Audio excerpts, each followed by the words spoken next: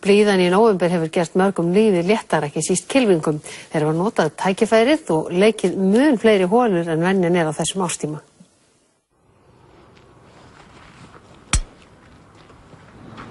Í dag 27. nóvember og aðventan gengur í garð helgina. Hlýindin í nóvember hafa gert það að verkum að nokkur fjöldi fólks spilar enn golf af miklum móð. Þótt aðeins hafi blásið í dag, litu frískir kylfingar það ekki á sig fá. Hvernig að spila golf 27. nóvember? Frábært að mörgu leyti. Það var betri í gær, skelfilegt í dag. En maður bara að þessi að hafa það. Þetta erfitt, þetta alltaf nýr íþrótt þegar svona frosið. Maður getur ekkert púktað og maður stendur allir lappirnar. En það út af fyrir sig challenge. Maður reynir að leysa úr því, eins og hverju öðru.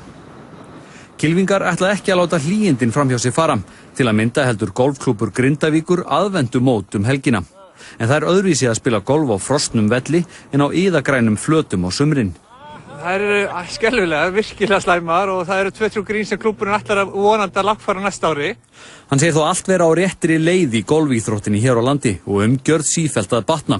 En þótt aðstæður hafi verið erfiðar í dag, var nóg tilefni til að gleðjast. Algjör snill!